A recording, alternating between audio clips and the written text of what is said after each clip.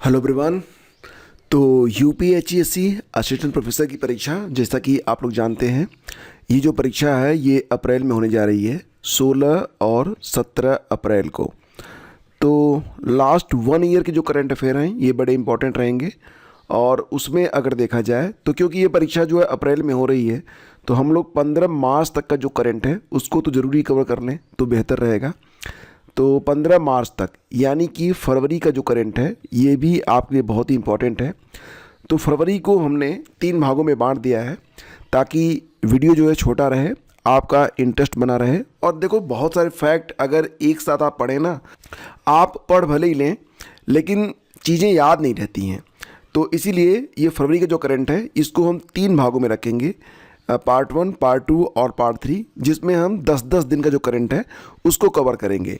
तो यहाँ पर आज आपका पार्ट 1 है। और ये जो सीरीज चल रही है ये सिर्फ असिस्टेंट प्रोफेसर के लिए ही नहीं, बाकी अगर आप तैयारी कर रहे हैं आरओ एग्ज़ाम के लिए या फिर बीपीएससी की जो परीक्षा होती है TRE 4, बीपीएससी TRE 4 के लिए भी, और LT ग्रेड जैसी प्रवक्ता आदि सभी प्रतियोगी परीक्षाओं के लिए बहुत ही इंपॉर्टेंट है। तो आज हम लोग पार्ट 1 को देखते हैं और सारे करंट यानी कि 1 से लेकर 10 फरवरी तक का जितना भी करंट है उसको एक साथ यहाँ पर पढ़ लेते हैं। हालांकि सारे प्रश्न यहाँ पर नहीं हैं, केवल महत्वपूर्ण प्रश्न ही आपको यहाँ पर देखने को मिलेंगे। तो सबसे पहले बात करते हैं यूरो ड्रोन के बारे में। देखो, ये एक बहुत ही इंपॉर्टेंट कंसेप्ट है यूरो ड्रोन, जिसके बारे में आपको पता होना चाहिए कि यूरो ड्रोन क्या है। तो ड्रोन, यहाँ पर ड्रोन नाम दिया गया है ना, तो यह एक ड्रोन आधारित निगरानी प्रणाली होगी। अब नाम में यूरो भी है, मतलब यूरोप, तो यूरोप के 4 देश हैं जो कि इस यूरो ड्रोन से जुड़े हुए हैं। ये 4 देश कौन कौन से हैं? एक तो जर्मनी, फ्रांस, इटली और स्पेन। यूरो ड्रोन यानी कि यूरोप का ड्रोन। और ड्रोन से क्या करते हैं आप? इसे आप क्या करते हैं? निगरानी करते हैं, ठीक है। तो जर्मनी, फ्रांस, इटली और स्पेन की यह संयुक्त पहल है और भारत को भी इसमें शामिल किया गया है। लेकिन भारत इसमें मतलब भारत जो है ना, इसमें पर्यवेक्षक के रूप में शामिल है। पर्यवेक्षक के रूप में इसमें भारत को शामिल किया गया है। यूरो ड्रोन याद रखिएगा, एग्ज़ाम में आ सकता है कि यूरो ड्रोन क्या है, क्योंकि अक्सर आजकल परीक्षाओं में इस प्रकार के प्रश्न पूछे जा रहे हैं। तो यूरो ड्रोन एक medium altitude long euro drones remotely piloted aircraft system है, ठीक है। तो यूरो ड्रोन आपको याद रहना चाहिए। देखो, हाल ही में 10वां 10th साई-फाई फिल्म फेस्टिवल का आयोजन किया गया। साई-फाई फिल्म फेस्टिवल, तो इसका आयोजन कहाँ पर किया गया था? गोवा में किया गया, 29 जनवरी से लेकर 1 फरवरी के बीच में। और इसका जो उद्देश्य होता है वो ये होता है कि छात्रों में विज्ञान के प्रति जिज्ञासा बढ़ाना, ताकि जो छात्र हैं वो साइंस के प्रति अपनी जो जिज्ञासा है उसको प्रकट कर सकें, उसमें उनकी रुचि बढ़े। इसकी थीम रखी गई है हरित क्रांति, ग्रीन रिवोल्यूशन इसकी थीम रखी गई है, ठीक है। और ये भी याद रखना, हाल ही में 10 नवंबर को वर्ल्ड साइंस डे भी मनाया गया था। हाल ही में तो नहीं, लेकिन फिर भी क्योंकि बात में यहाँ पर कर रहे हैं साई-फाई फिल्म फेस्टिवल के बारे में, तो यहाँ पर ज़रूरी है कि आप ये भी जानें कि विश्व विज्ञान दिवस कब होता है।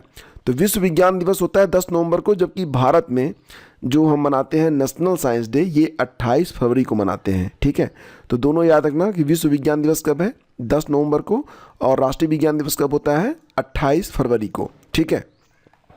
इसके बाद देखते हैं, देखो एक्सियोम 4 मिशन, एग्ज़ाम में यहाँ से कई प्रश्न बन सकते हैं। जैसे कि एक्सियोम 4 क्या है? तो नासा का एक मिशन है, नासा का एक मिशन है।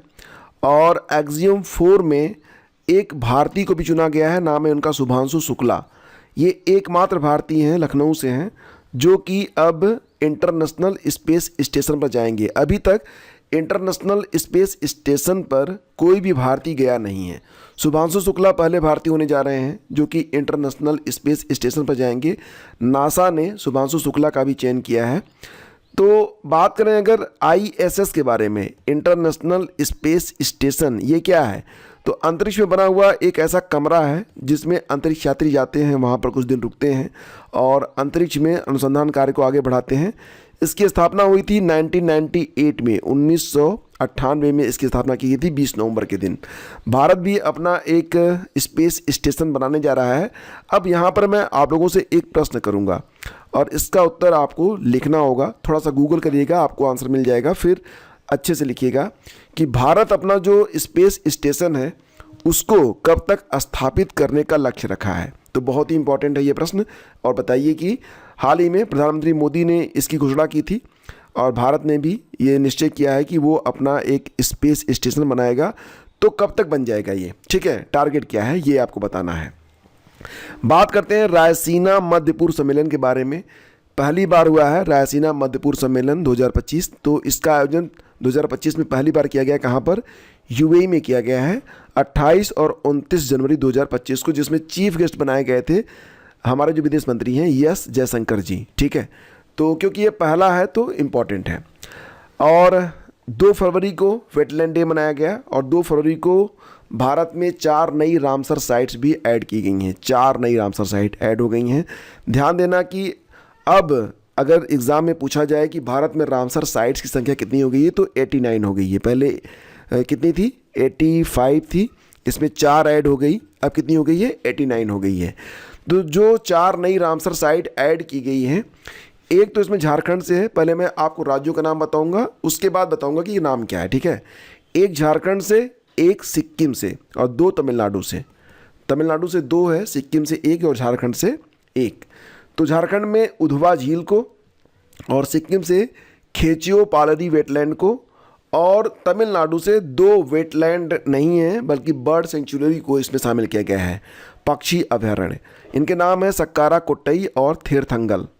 सक्कारा कोट्टई और थेरथंगल बर्ड सेंचुरी दोनों तमिलनाडु में हैं। इनको भी नई रामसर साइट में जगह दी गई है। और अब ध्यान देना, तमिलनाडु से 2 जोड़ी गई हैं, तो अब 20 वेटलैंड्स के साथ, 20 रामसर साइट्स के साथ भारत में तमिलनाडु पहले स्थान पर है। यानी कि सबसे अधिक रामसर साइट्स की संख्या कहाँ पर है, किस राज्य में है, तो तमिलनाडु में है। और दूसरे स्थान पर यूपी है। यूपी में कुल रामसर साइट की संख्या कितनी है, तो 10 है, याद रखना है इसको। और कुल मिला के कितने रामसर साइट्स हो गए हैं भारत में, तो 89 हो गए हैं, ये भी याद रखना। और सबसे बड़ा जो रामसर साइट है वो वेस्ट बंगाल का सुंदरबन है। सबसे छोटा जो है हिमाचल प्रदेश का रेणुका है, ठीक है, ये याद रखना। और मैंने आपको बताया ना कि वेटलैंड डे प्रतिवर्ष कब होता है, 2 फरवरी को होता है। तो 2024 की थीम क्या रखी गई है, protecting wetlands for our common future, ये थीम रखी गई है। इसके बाद अगला बिंदु है ब्रिक्स युवा उद्यमिता सम्मेलन 2025। देखो, ब्रिक्स के बारे में कुछ बहुत हुई महत्वपूर्ण बातें आपको बताऊंगा जो कि एग्जाम के लिए इंपॉर्टेंट है। तो ब्रिक्स युवा उद्यमिता सम्मेलन 2025, इसका आयोजन नई दिल्ली में किया जाएगा, मार्च 2025 में भारत में किया जाएगा, नई दिल्ली में, ठीक है। अब देखो, यहाँ पर ब्रिक्स में 2024 और 2025 में कुछ नए देश भी ऐड किए गए। जनवरी 2024 में 6 देशों को इसमें शामिल करने की घोषणा की गई थी। 2 देशों ने तो मना कर दिया, मतलब सबसे पहले तो मना किया था अर्जेंटीना ने, इसके बाद सऊदी अरब ने भी साल के अंत में आकर मना कर दिया कि भाई साहब हमारी कुछ निजी मजबूरियां हैं, हम शामिल नहीं हो सकते हैं। तो 2024 में 4 नए देश शामिल हुए थे ब्रिक्स में, ईरान, मिस्र, इथियोपिया और यूएई। और 2025 में इंडोनेशिया भी इसमें शामिल हो गया है। तो इंडोनेशिया शामिल होने वाला 10वां देश बना है। यानी कि ब्रिक्स में अब कुल कितने देश हो गए हैं, तो 10 देशों का समूह बन चुका है ब्रिक्स, ठीक है। और ब्रिक्स का जो 16वां सम्मेलन हुआ था 2024 में, कहाँ पर हुआ था, तो रूस में हुआ था। और इस साल जो 17वां सम्मेलन होने जा रहा है ये ब्राज़ील में होगा। ब्राज़ील होस्ट कर रहा है ब्रिक्स का 17 समिट, ठीक है, कब, 2025 में। तो इस साल ब्रिक्स समिट कहाँ पर हो रही है, ब्राज़ील में हो रही है। पिछले साल कब हुई थी, कहाँ हुई थी, तो रूस में हुई थी, ठीक है। आगे बढ़ते हैं, एक बीमारी का नाम आपको बताता हूँ, ओंकोसेरासियासिस। ओंकोसेरासियासिस, इसे रिवर ब्लाइंडनेस भी कहते हैं। इसमें आंखें जो हैं वो मतलब अंधिया जाती हैं, मतलब अंधत्व, मतलब क्या होता है, ब्लाइंड, अंधा हो जाता है इंसान। ओंकोसेरासियासिस को कंट्रोल करके ख़त्म करने वाला जो पहला अफ्रीकी देश बना है ये नाइजर बन गया है। नाइजर, इसकी राजधानी याद रखना नियामी, इसकी राजधानी है नाइजर। नाइजर की जो राजधानी है नियामी है। तो नाइजर पहला अफ्रीकी देश बन गया है जिसने ओंकोसेरासिस को समाप्त कर दिया है। और इसकी घोषणा हाल ही में WHO के द्वारा, विश्व स्वास्थ्य संगठन के द्वारा की गई है। ये जो बीमारी होती है रिवर ब्लाइंडनेस यानी कि ओंकोसेरासियासिस, ये ब्लैक फ्लाई के काटने की वजह से होती है। काली मक्खी होती है कोई, उसके काटने की वजह से, हाँ, संक्रमित होगी तभी होगा, ठीक है। इसके बाद क्योंकि आपका जो सिलेबस है उसमें स्पोर्ट स्पेशली जो टैग किया गया है, तो स्पोर्ट्स से संबंधित कुछ महत्वपूर्ण बिंदु देखते हैं, जैसे कि पुरुष हॉकी इंडिया लीग 2024-25 के बारे में बात करते हैं।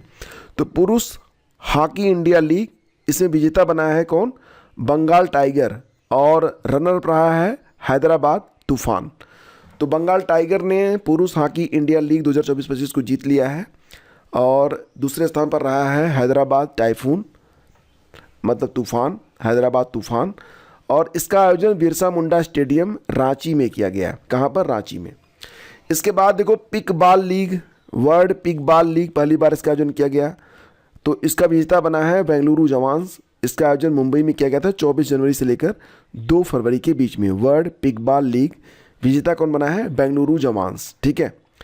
अभी हाल ही में आपको याद होगा दिल्ली में विश्व पुस्तक मेला चल रहा था, तो इसका आयोजन 1 से लेकर 9 फरवरी तक किया गया था प्रगति मैदान में, जिसे अब भारत मंडपम कहा जाता है। तो भारत मंडपम में इसका आयोजन किया गया था। इंपॉर्टेंट क्या है कि फोकस कंट्री कौन सी रही? तो फोकस कंट्री है रूस। ठीक है। और थीम रखी गई थी रिपब्लिक एट 75। ग्रामीण क्रिकेट लीग शुरू करने वाला राज्य बन गया है बिहार। आईपीएल का नाम आपने सुना होगा, अब विलेज प्रीमियर लीग शुरू होने वाला है, बीपीएल। सबसे पहले इसकी शुरुआत कहाँ पर होगी? तो बिहार में होगी। एक्वेरियन एक्सरसाइज कौन से 2 देश मिलकर करते हैं? एक्वेरियन। तो यहाँ से 2-3 प्रश्न बन सकते हैं, जैसे कि एक्वेरियन अभ्यास का आयोजन कहाँ पर किया गया, किन देशों के बीच किया गया? तो ध्यान देना कि एक्वेरियन नामक जो युद्धाभ्यास है ये भारत और मालदीव मिलकर करते हैं। भारत और मालदीव मिलकर करते हैं एक्वेरियन। 2025 में इसका 13वां संस्करण था, और पहली बार इसे 2009 में आयोजित किया गया था। इसके पहले जो 12वां संस्करण था इसका आयोजन चौबटिया उत्तराखंड में किया गया था, लेकिन इस बार यानी कि 2025 में जो 13वां संस्करण है एक्वेरियन का, इसका आयोजन मालदीव में किया जा रहा है 2 से लेकर 15 फरवरी के बीच में। यहाँ पर देखिए 8 डिग्री चैनल, 9 डिग्री चैनल और 10 डिग्री चैनल, ये जरूर याद रखना। अब देखो इसका यहाँ पर औचित्य ये है बताने का कि क्योंकि यहाँ पर हम बात कर रहे हैं मालदीव के बारे में, तो मैं आपको बता देता हूँ। यहाँ पर ध्यान से देखना, ये हमारा जो है भारत का निचला हिस्सा है। ठीक है। 8 डिग्री चैनल, 9 डिग्री, ये 8 डिग्री है, ये 9 डिग्री है, और यहाँ पर कहीं पर मिलेगा आपको 10 डिग्री चैनल। ठीक है। तो 8 डिग्री चैनल क्या करता है? ये आपका जो लक्षद्वीप है उससे मालदीव को अलग करता है। तो मालदीव यहाँ कहीं पर है और लक्षद्वीप है, तो इसको जो अलग करता है ये 8 डिग्री चैनल अलग करता है। और ये जो 9 डिग्री चैनल है ये मिनिकॉय और लक्षद्वीप को अलग करता है। मिनिकॉय द्वीप यहाँ पर कहीं पर है, लक्षद्वीप यहाँ पर कहीं पर है, तो इसको अलग करता है। ठीक है। और 10 डिग्री चैनल जो है ये बंगाल की खाड़ी में अंडमान और निकोबार को अलग करता है। मतलब ऊपर कहीं अंडमान है, नीचे कहीं निकोबार है। 10 डिग्री चैनल इसको अलग करता है। इस प्रकार से है ये।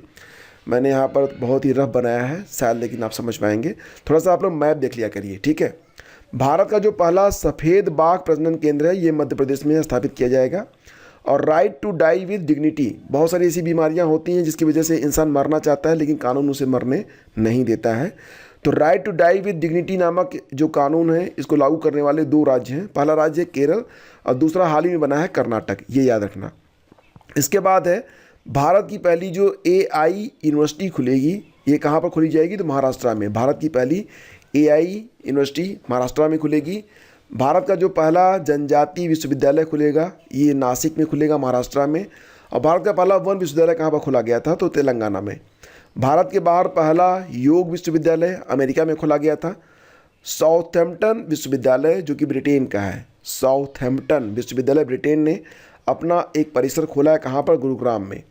और मेलबर्न विश्वविद्यालय ऑस्ट्रेलिया का, इसने अपना जो परिसर खोला है वो नई दिल्ली में खोला है। और डिकिंग विश्वविद्यालय ऑस्ट्रेलिया का है, इसका परिसर गिफ्ट सिटी गुजरात में खुला है। अब देखो ये मैं इसलिए पढ़ा रहा हूँ ना क्योंकि अगर आप यूपी पीसीएस का पेपर देखोगे उसमें डिकिन के बारे में और साउथहैम्पटन के बारे में पूछा जा चुका है। तो मुझे लगा कि ये सारी बातें आपको पता होनी चाहिए, हो सकता है एग्जाम में यहीं से प्रश्न आ जाए। ठीक है। इसके बाद है भारत का पहला कैंसर जीनोम एटलस जारी करने वाली जो IIT है उसका नाम क्या है? तो भारत का पहला कैंसर जीनोम एटलस को जारी किया है IIT मद्रास ने। UCC यूनिफॉर्म सिविल कोड समान नागरिक संहिता का मसौदा तैयार करने के लिए गुजरात में कमेटी का गठन किया गया है, जिसकी अध्यक्ष बनाई गई हैं हमारी रिटायर्ड CJ रंजना देसाई जी। ठीक है। और आपको पता होगा कि उत्तराखंड यूसीसी लागू करने वाला भारत का पहला राज्य है। इसने 27 जनवरी 2025 को इसे लागू किया था। और जो कमेटी गठित की गई थी उसकी अध्यक्षता भी रंजना देसाई जी ने ही की थी। तो अब रंजना देसाई जी को दूसरा काम मिल गया है कि वो गुजरात में भी जो कमेटी का गठन किया गया है उसकी अध्यक्षता करें। मतलब अगर यूसीसी गुजरात में लागू होता है तो उत्तराखंड के बाद गुजरात दूसरा राज्य होगा जिसने यूसीसी को लागू किया है। अब बात यहाँ पर हो रही है समान नागरिक संहिता की। तो इसका जो वर्णन है ये आर्टिकल 44 में मिलता है। आर्टिकल 44 4 दोनों समान दिख रहे हैं ना, 4 समान है ही। बस यहीं से याद रखना कि इसे ही यूसीसी कहते हैं, ठीक है। इसके बाद देखिए मखाना बोर्ड खोला जाएगा। मखाना आप जानते ही हैं, मखाना बोर्ड की स्थापना बिहार में की जाएगी। सबसे अधिक जो मखाना पैदा होता है बिहार में पैदा होता है। और इस बार का जो बजट पेश किया गया था हमारी वित्त मंत्री निर्मला सीतारमण जी के द्वारा, उसमें इस बात की घोषणा की गई थी कि बिहार में मखाना बोर्ड की स्थापना की जाएगी। ये याद रखना स्फीयर एक्स, अब इसे क्या पढ़ेंगे आप, SPHER, स्पेहर एक्स पढ़ेंगे कि स्फीयर एक्स पढ़ेंगे, जो भी पढ़ना है पढ़ लीजिए। इसका फुल फॉर्म होगा spectrophotometer for the history of universe, epoch of reionization and ices explorer, ठीक है। तो ये बड़ा अजीब सा नाम है। अब इसको जो है ना ये क्या है, ये एक टेलीस्कोप है, ये एक स्पेस टेलीस्कोप है। इसका उद्देश्य होगा कि ब्रह्मांड के बारे में और अधिक जानकारी को कलेक्ट करना, और इसको 27 फरवरी को नासा लॉन्च करने जा रहा है, ठीक है। इसके अलावा एक नाम और याद रखना, साउथ अफ्रीका की जो सेगो गिलाय हैं, सेगो गिलाय ये पहली अश्वेत महिला बनी हैं जिन्होंने मिसेज वर्ल्ड 2025 का खिताब अपने नाम किया है। मिसेज वर्ल्ड 2025 बनने वाली पहली अश्वेत महिला बन गई हैं सेगो गिलाय। तो ये जो प्रतियोगिता थी इसका आयोजन लास वेगास में किया गया था। कोलकाता के फोर्ट विलियम का नाम बदल दिया गया है, अब इसका नया नाम हो जाएगा विजय दुर्ग। और फोर्ट विलियम की स्थापना होती है 1781 में, भारत का एक प्रमुख सैन्य अड्डा था ये। तो अब फोर्ट विलियम जाना जाएगा विजय दुर्ग के नाम से। यूएस के जो 17वें प्रेसिडेंट हैं, क्या नाम है, डोनाल्ड ट्रंप, तो उन्होंने एक और घोषणा कर दी है। उन्होंने कहा है कि मैं मानवाधिकार फानवाधिकार को नहीं मानता हूँ, मैं इससे बाहर हो जा रहा हूँ, ठीक है। तो उन्होंने कहा कि मैं United nation human right council से बाहर हो रहा हूँ भाई साहब, मुझसे कोई मतलब नहीं, मैं इंसानियत से कोई मतलब नहीं रखता हूँ। तो उन्होंने इसकी घोषणा कर दी है। अब UNHRC United nation human right council की स्थापना होती है 15 मार्च 2006 को। हेडक्वार्टर इसका जिनेवा स्विट्जरलैंड में है। ICC चैंपियंस ट्रॉफी 2025 का जो थीम सॉन्ग है, ऑफिशियल सॉन्ग, उसे जारी किया गया है, जिसे गाया है आतिफ असलम ने, जीतो बाजी खेल के। ये गाने के बोल हैं, जीतो बाजी खेल के, बजा के सुन लेना एक बार। और एक लेज़र हथियार डेवलप किया गया है हेलियोस नाम से। तो हेलियोस नामक जो लेज़र हथियार है इसको किसने बनाया है, तो UAE ने इसको डेवलप किया है। High energy laser with integrated optical dazzler and surveillance. और इसे किसने डेवलप किया है, तो UAE में लॉकहीड मार्टिन कंपनी के द्वारा इसे डेवलप किया गया है। भारत में स्थापित सौर ऊर्जा क्षमता 31 जनवरी 2025 तक का डाटा है कि 31 जनवरी 2025 तक भारत में जो कुल सोलर एनर्जी प्रोड्यूस हो रही है कितनी हो रही है, 100 गीगावाट हो रही है। बहुत अधिक है ये, आगे और भी बढ़ेगी। हमारे जो नवीन और नवीकरणीय ऊर्जा मंत्री हैं प्रहलाद जोशी जी, उन्होंने इस बात की घोषणा की है। माउंट एवरेस्ट पर फिलहाल अब पर्वतारोहण को बंद कर दिया गया है, किस देश की ओर से, नेपाल की ओर से। और हाल ही में 10 फरवरी को मनाया गया है विश्व दलहन दिवस, जिसकी थीम याद रखना, ये इंपॉर्टेंट क्वेश्चन में कई बार पूछा गया है। तो थीम है pulses bringing diversity to agri food system, ठीक है। और ये भी याद रखना कि 2016 को अंतर्राष्ट्रीय दलहन दिवस घोषित किया गया था। और बात हो रही है यहाँ पर 10 फरवरी के बारे में, तो 10 फरवरी को नेशनल डिवार्मिंग डे यानी कि राष्ट्रीय कृमि मुक्ति दिवस के रूप में भी मनाया गया था। दक्षिणी गोलार्ध का सबसे बड़ा हिंदू मंदिर बनने जा रहा है साउथ अफ्रीका में। तो दक्षिणी गोलार्ध का सबसे बड़ा हिंदू मंदिर कहाँ पर बनेगा, साउथ अफ्रीका में बनेगा। उद्घाटन इसका बाप्स ने किया है। BAPS मतलब इसका फुल फॉर्म होता है बोचानसवासी अक्षर पुरुषोत्तम स्वामी नारायण संस्था। तो इसका उद्घाटन बाप्स के द्वारा किया गया है। दुनिया का सबसे बड़ा जो रामायण मंदिर है ये बिहार में बनेगा। और एक मंदिर म्यूजियम बनाने वाले हैं, कहाँ पर, एक मंदिर म्यूजियम बनेगा वाराणसी में नहीं बल्कि ये बनने वाला है अयोध्या में, ठीक है। तो अयोध्या में बनाया जाएगा एक मंदिर संग्रहालय। और हाल ही में एक आर्टिफिशियल सन को बना डाला है चीन ने, इसको नाम दिया है ईस्ट, नाम याद रखना। तो ईस्ट नामक एक आर्टिफिशियल सूर्य को डेवलप किया गया है, किसके द्वारा? चाइना के द्वारा। तो चाइना ऐसी हरकतें जो है वो करता रहता है। अब मैं यहाँ पर आपके लिए कुछ प्रश्न रख रहा हूँ, उसका उत्तर आप लोगों को बताना है। वन लाइनर में मैं आपके सामने प्रश्न रखता हूँ। पहला क्वेश्चन होगा AI एक्शन समिट 2025, यानी कि आर्टिफिशियल इंटेलिजेंस एक्शन समिट 2025 की मेज़बानी कौन सा देश कर रहा है? तो फ्रांस, भारत, रूस और अमेरिका, ये आपके विकल्प हैं। दूसरा प्रश्न आपका रहेगा, भारत का पहला स्वदेशी स्वचालित बायोमेडिकल अपशिष्ट उपचार संयंत्र किस शहर में लॉन्च किया गया है? और तीसरा प्रश्न आपका होगा कि R37M ये क्या है? ये एक मिसाइल है। तो इस मिसाइल को किस देश ने विकसित किया है? ऑस्ट्रेलिया, भारत, रूस या फ्रांस ने? तो इसका उत्तर आपको कमेंट बॉक्स में मिल जाएगा, मैं इसका उत्तर लिख दूंगा। फिलहाल इसको आंसर करिए आप लोग। तो शीघ्र मिलते हैं आपसे एक नए वीडियो में। सेशन अगर आपको अच्छा लगा है तो लाइक और शेयर करिएगा। और आपके लिए जो ग्रुप है ना वो बन रहा है, तो देखो ग्रुप जो रहेगा पेड रहेगा, ठीक है। इसमें आपको क्या क्या मिलने वाला है, तो पूरे साल का जो करंट अफेयर है ये आपको मिलेगा, और सप्ताह में 2 बार, सप्ताह में 2 टाइम्स आपको क्विज करवाई जाएगी, यानी कि मॉडल पेपर आपको मिलेगा।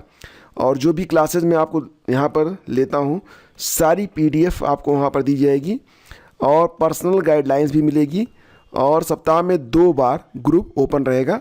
बाकी जानकारी आपको टाइम टू टाइम यहाँ पर मिलती रहेगी।